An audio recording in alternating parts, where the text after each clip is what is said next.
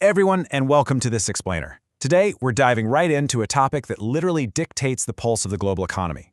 We're setting the stage for a deep dive into what is, without a doubt, the world's most critical maritime passage, the Strait of Hormuz. You know, whenever you hear about global energy security, wildly fluctuating oil prices, or maritime tensions on the news, well, this exact body of water is usually right there at the center of the story. But today, we aren't just going to look at the headlines. We're really going to peel back the layers and look at the anatomy, the economics, and the wild daily reality of this strategic choke point. Okay, let's dive into this, because the data instantly sets the stakes for our entire explainer. Just think about this. A massive 20 to 25% slice. That represents the share of the entire world's total oil consumption that passes through the Strait of Hormuz every single day. Just pause and think about the staggering scale of that global reliance. We're talking about roughly a fifth to a quarter of the daily energy that powers our cars, heats our homes, fuels factories, and drives international commerce. And it's all heavily dependent on this single isolated waterway. Which leads us directly to a massive framing question. What actually happens when a fifth of the world's oil must squeeze through a 21-mile gap? There's just this immense narrative tension between those massive global economic stakes we just talked about and the incredibly tight physical space of the strait itself. I mean, it's essentially a giant global funnel. The entire world economy is trying to pull resources through a remarkably narrow straw. And to truly grasp why this is so critical, we need to understand the physical dimensions of that straw. So let's get into part one, anatomy of the strait and visualizing the squeeze. Geographically speaking, the strait acts as the vital connecting door between the Persian Gulf and the Gulf of Oman. Now, consider the bordering nations that actually share this incredibly crucial space. To the north, you've got the entire coastline of Iran, and to the south, you have the Musandam enclave of Oman right along with the United Arab Emirates. These bordering nations aren't just neighbors, right? They physically straddle the absolute most important energy transit route on Earth. Literally every drop of oil coming out of the Persian Gulf from countries like Saudi Arabia, Iraq, and Kuwait has to pass between these specific borders just to reach the open ocean. And here is the physical constraint that makes this geography so incredibly tense. 21 miles, or about 33 kilometers. That is the width of the Strait of Hormuz at its absolute narrowest point. Think about that. 21 miles is barely a marathon. It's a distance you could easily drive in half an hour on a standard highway.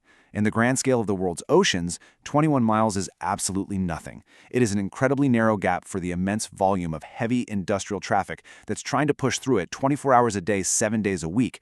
But it gets even tighter. Because the water is surprisingly shallow in a lot of areas, authorities actually use a traffic separation scheme, or TSS, to avoid catastrophic collisions.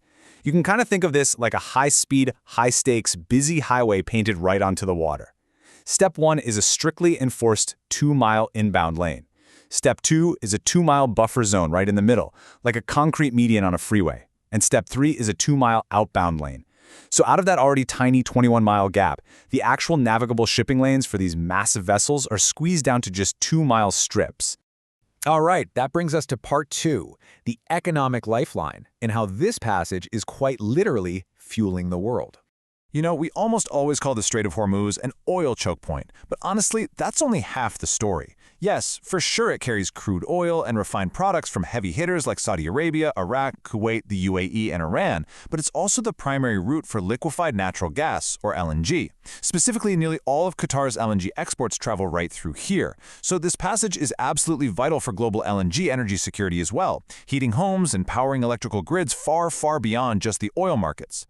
And this brilliantly illustrates just how massive the flow really is. We are talking about 21 million barrels of oil passing through those 2-mile-wide lanes every single day. That massive daily volume is exactly why the Strait of Hormuz is so incredibly sensitive.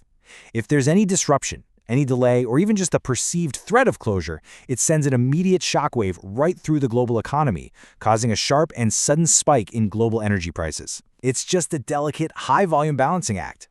Which leads us to part three, flashpoint for global conflict and the delicate geopolitical balance at play here. Because the strait is so narrow, the shipping lanes we just discussed actually fall right into the shared territorial waters of Iran and Oman. So you might be wondering, how does the world legally navigate someone else's territory? Well, they do it through an international law known as transit passage. Under the UN Convention on the Law of the Sea, Ships from any nation have the right of transit passage, meaning they're legally allowed to pass through these territorial waters as long as their navigation is continuous and expeditious. Essentially, you can pass through, but you absolutely cannot loiter, and you must keep moving. Now, of course, international law requires enforcement and observation, right? And that creates a highly concentrated balance of power in the region. Western forces, most prominently the U.S. Fifth Fleet based nearby in Bahrain, along with various international maritime task forces, frequently patrol this area. Their stated goal is to ensure the free flow of international commerce. However, the Strait has a really long history of serving as leverage in diplomatic disputes. I mean, we've seen eras of tanker wars and historical military standoffs between Iran and Western powers here. It is a remarkably small body of water that's shared by deeply invested global powers with competing interests. Let's move to part 4 and see how this builds into the physical reality of navigating the danger zone and the daily hazards. We really have to remember that the ships carrying these 20 million barrels a day, they are not nimble little speedboats. They are often ultra-large crude carriers, or ULCs. These are literally some of the largest, heaviest moving objects ever built by human hands. Imagine trying to steer a shopping cart the size of the Empire State Building through a shallow ditch. Once they're in those 2-mile lanes, they cannot stop quickly, and they certainly cannot turn easily. And they're out there navigating these incredibly cumbersome vessels around some major physical and geopolitical obstacles. I'm talking about the strategic islands of Kesh, Hormuz, and the disputed Greater and Lesser Tums. These aren't just scenic landmasses. They are incredibly significant strategic and military outposts that sit right inside or right next to this heavily congested zone. They just add a whole other layer of navigational complexity to an already incredibly tight space. So it's really no wonder that maritime experts refer to this as one of the busiest waterways in the world, requiring strict adherence to international maritime signals. In a place where these ultra-large ships are practically bumper-to-bumper in shallow 2-mile lanes, surrounded by strategic military outposts, strict adherence to the rules isn't just some best practice expected of the crew. It is a matter of absolute survival to prevent an environmental and economic catastrophe. So the crucial point is really layering everything we've just learned together. Geographically, it connects the Persian Gulf and the Gulf of Oman, physically bordered by Iran to the north and Oman and the UAE to the south. The big squeeze happens at its narrowest point of just 21 miles, forcing an unbelievable oil flow of roughly 21 million barrels per day through a tiny space. And all of this culminates in our primary risk, the geopolitical instability and blockade threats that constantly hang over this vital artery. And that leaves us with a final, really vital question to ponder as we wrap up this explainer. In an era of increasing geopolitical instability, just how secure is this 21-mile gap that practically fuels the entire world? When you really look at the sheer reliance we all have on the Strait of Hormuz, the fragility of global energy security becomes crystal clear. It's a brilliant, if slightly terrifying reminder of how geography, economics, and international relations all intersect in the span of just a few miles of ocean water. I really hope this structured look at the data helped clarify exactly why this choke point matters so much to all of us. Keep asking questions, keep looking at the data, and we will see you in the next explainer.